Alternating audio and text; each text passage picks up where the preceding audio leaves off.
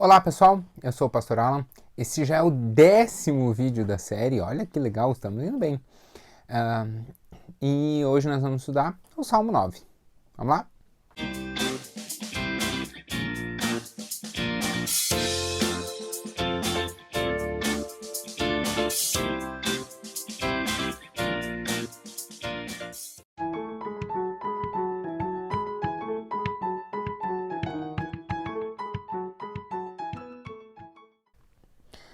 O Salmo 9, ele é o primeiro salmo de lamentações. É o primeiro salmo escrito, é um salmo davídico também, mas é o primeiro salmo escrito no sentido de levantar uma lamentação, né? Há vários salmos nesse sentido, dos quais o 9 é o primeiro.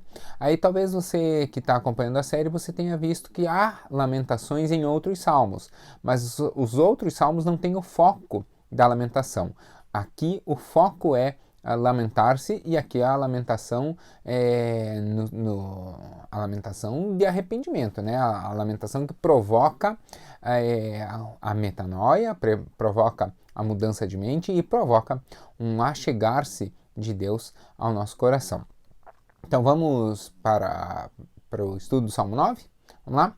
O texto do Salmo 9 começa dizendo assim: Senhor, quero dar-te graças de todo o coração e falar de todas as tuas maravilhas.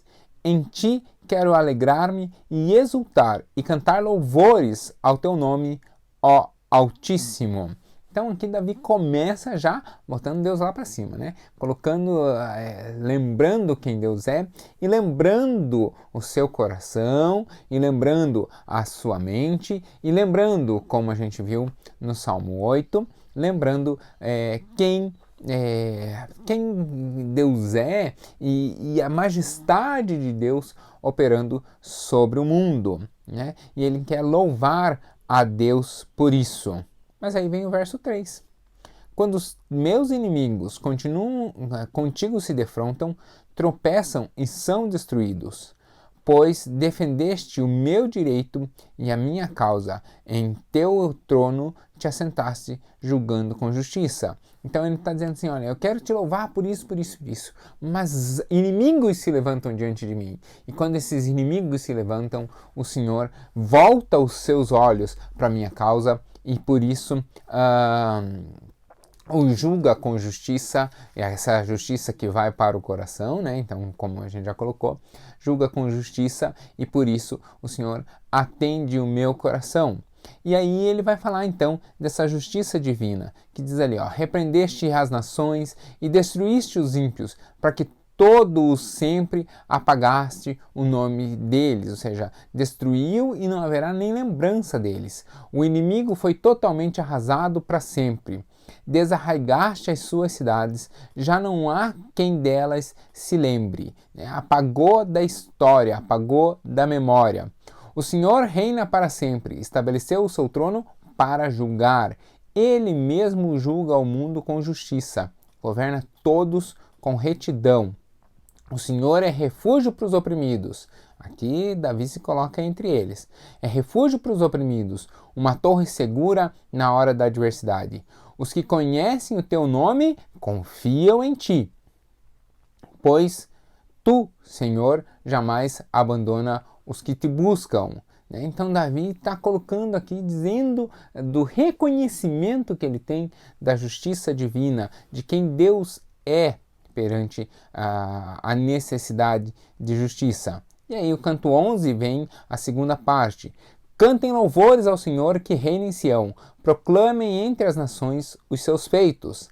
Aquele que pede contas do sangue derramado não esquece, ele não ignora o clamor dos oprimidos. Olha que mensagem poderosa, né? Às vezes a gente se sente injustiçado, às vezes a gente se sente que estão agindo de má fé, que fizeram algo indevido contra nós, que estão tentando usurpar o nosso lugar, que estão tentando usurpar o nosso ministério, que estão tentando se levantar contra nós de qualquer maneira, de que estão tentando nos ludibriar. Deus não ignora o clamor dos oprimidos. Se Deus é um Deus tão justo, colocar essa injustiça diante do Senhor é a recomendação que Davi faz aqui nos versos 11 e 12, né? E aí, se essa é a recomendação que ele faz, ele não apenas recomenda, como ele vai fazer em nome do povo, em nome da nação, ele vai fazer isso a partir do verso 13, que diz assim: misericórdia, Senhor, vê o sofrimento que me causam os que me odeiam. Então, quando a gente olha o 11 e o 12, que Davi fala da justiça e da retidão de Deus, ele está falando assim, essas são as características do coração de Deus. O coração de Deus é assim. Agora, Senhor, olha a minha causa. Eu reconheci a sua justiça aqui. Agora, olha para a minha causa. E essa mesma justiça que está colocada aqui faz com que ela se opere aqui. Espelha a tua justiça na minha causa e tem misericórdia de mim. Se o Senhor não esquece os oprimidos, olha para o meu coração agora e veja como eu estou oprimido.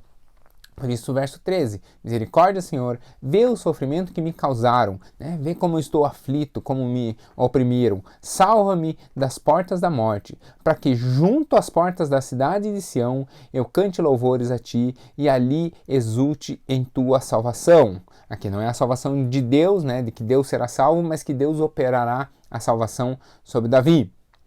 Caíram as nações na cova que abriram, os seus pés ficaram presos no laço que esconderam. O Senhor é conhecido pela justiça que executa. Os ímpios caem em suas próprias armadilhas. Né? Então, aqui ele dizendo que Deus, então, aquele clamor que ele levantou lá no verso 13 e no verso 14, o verso 15 e o verso 16 vão demonstrar que se operou. Deus, mais uma vez, voltou seus ouvidos para o clamor de Davi e operou a sua justiça com relação a ele.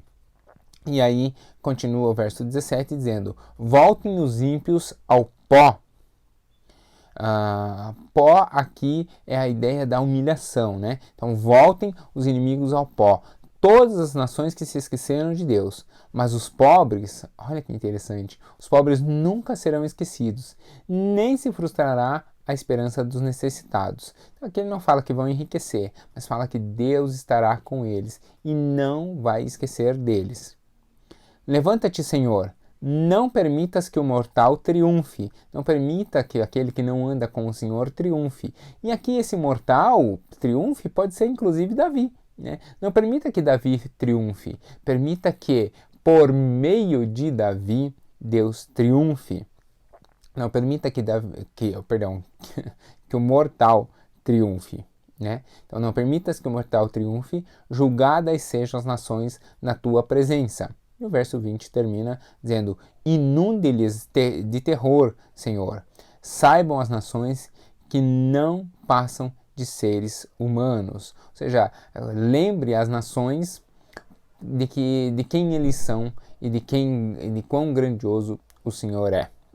Legal, né? Quando nós temos consciência de quem Deus é e de quem nós somos, e temos consciência de que isso nos aproxima muito mais de Deus do que nos afasta, isso leva a nossa vida com Deus e aí, por consequência, a nossa vida em geral a um patamar bem mais prazeroso, bem mais proveitoso e bem mais próximo daquilo que Deus reservou para nós. Esse é o desejo do nosso coração ao estudar o Salmo 9. Deus abençoe. Tchau, tchau.